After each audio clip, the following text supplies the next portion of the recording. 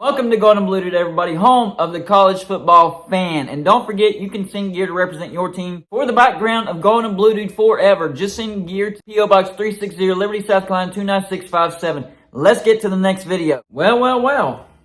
It looks like the Pac-12 will survive after all. And shout out to Tony Altimore and Jeff Grimm. You guys have certified yourselves as source status here on Golden Blue Dude because you guys called this before anybody else did.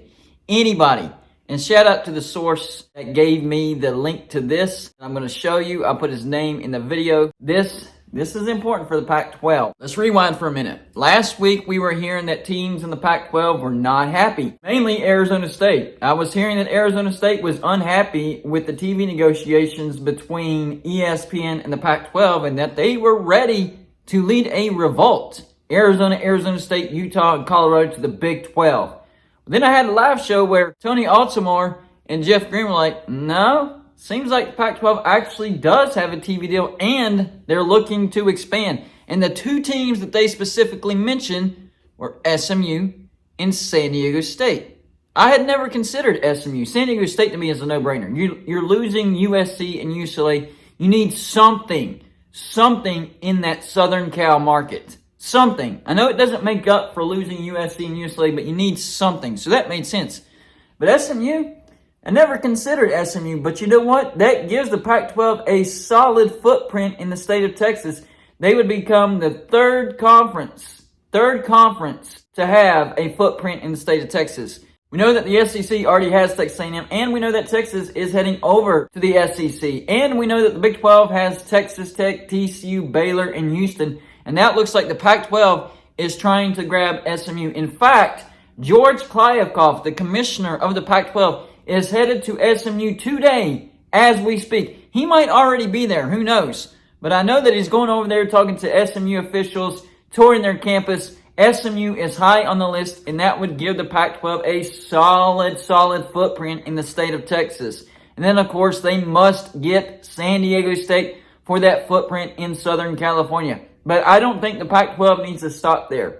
I think there's other teams on the radar that they need to go after. So SMU gets you a solid footprint in the state of Texas. They have Tier 1 as far as their research facilities, top 70, I believe, in the entire nation. So they do fit the criteria for the Pac-12. San Diego State, not so much. But you know what? Maybe the Pac-12 needs to lower their standards just a little bit in order to survive.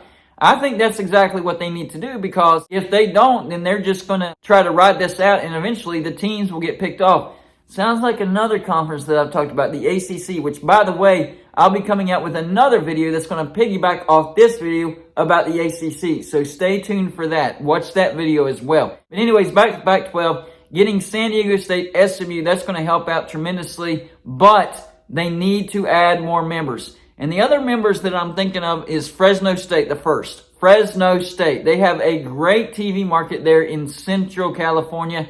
And, you know, they kind of fit there in the market with Cal and Stanford. Cal and Stanford are two of the flagships of the Pac-12. But Fresno State would give them even more of a TV market for the Pac-12. So, yes, I do think that Fresno State is a must-get for the Pac-12. Another team that I would consider, but the Pac-12 might not consider, is Boise State. I know Boise State's academics is not up to standard for the Pac-12, but I think they have a great fan base. It would give them a solid footprint in a new state, the state of Idaho, and Boise State does carry the biggest fan base, the biggest footprint in the state of Idaho. So I do think Boise State would add to the Pac-12, especially in football relevancy. And that's where the Pac-12 is struggling right now, football relevancy. I mean, how long has it been since the Pac-12 has been to the playoffs? It's been a long time. And now that USC and UCLA are headed off to the Big Ten, it might be an even longer time. So you need to add solid football brands to stabilize your football brand as the Pac-12, as a conference. And I think Boise State would definitely do that. There's a lot of upside to Boise State. Boise State announced that they're pouring a lot of money into their athletic facilities. Robertson Stadium is supposed to be bumped up to around 40,000, which is still a small stadium. I think Boise State could manage a 50,000 seat stadium and pack it out game after game after game. That fan base supports Boise State tremendously. So I think that they could manage a 50,000 seat stadium. I think that's where they need to go.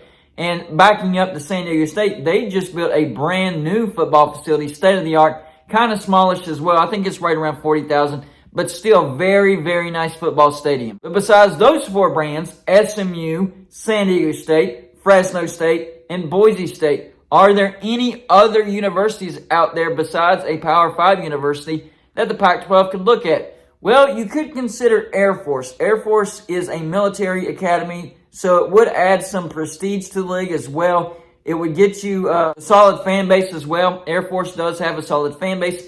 So yes, I think Air Force would add value to the Pac-12 in certain regards. I'm just not sure if the Pac-12 would want to go down that avenue. What about the hole in the Pac-12? The state that they don't have, the state of Nevada. If you look at the Pac-12, it's always had a hole in the middle. You had Washington, Oregon, California, Arizona, Utah, and Colorado, but a hole between California and Utah and Colorado, and that's the state of Nevada. What if they went out and got, I don't know, Nevada? Nevada has a decent brand. The fan base is okay. It might be the strongest brand in the state of Nevada, but the other brand that you might want to look at is UNLV. Now, UNLV does not have a strong brand at all. They don't get much support from their fan base, but the Pac-12 already plays in Las Vegas. UNLV has great facilities because they share that pro football stadium with the Raiders. So there is some value in UNLV other than the fan base. The fan base really, really needs to support this team much, much better if they want any hope of getting UNLV into the Pac-12. It's just another brand for the Pac-12 to look at. And then there's Colorado State, the in-state rival of Colorado. That's something to look at. What about Utah State? They're a decent brand. There are some brands out there that the Pac-12 can look at. Now, all of them wouldn't fit the Pac-12 very well, but it's just something to look at. But the first stepping stone is getting San Diego State and SMU, and it has been verified that George Kliavkoff, the commissioner of the Pac-12, is visiting SMU today, right now, possibly as we speak. And it looks like the Pac-12 will for sure add San Diego State and SMU. Now, whether they add those other schools that I mentioned earlier in the video, I don't know. I have no idea. That's just ideas that I'm putting out there because the problem with the Pac-12 is that they're out on the West Coast. So, looking at the AAC or the Sun Belt, really, really not in the realm of possibility besides SMU, who's already in the AAC right now. You could get SMU out of the AAC. And who knows?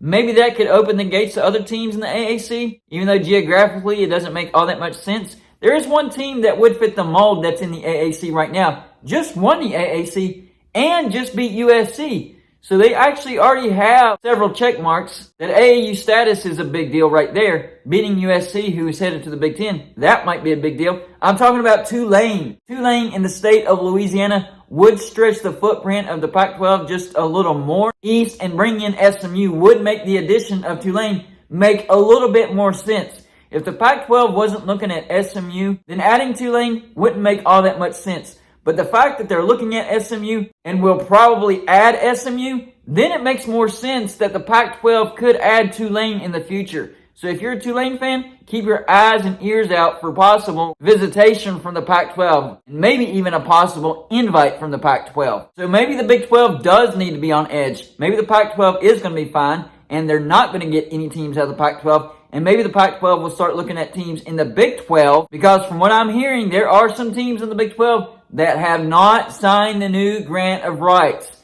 So now is not the time to relax, Big 12 fans. Stay on guard. I'm not saying it's time to panic. Not at all. In fact, I don't think the Pac-12 will get any teams from the Big 12. But now is not the time to let your guard down. It looks like the Pac-12 does have a TV deal, and it does look like the Pac-12 is about to stabilize. And whenever that happens, they could turn their sights on you and try to get some teams out of the Big 12. So y'all know in the comments section, number one, what do you think about the Pac-12 grabbing San Diego State and SMU? Number two, do you think they'll get some of these other schools that I mentioned? And number three, do you think the Big 12 should be on alert for a possible Pac-12 raid? That's all I got for this show. Like and subscribe if you haven't already, and I'll see you on my next show.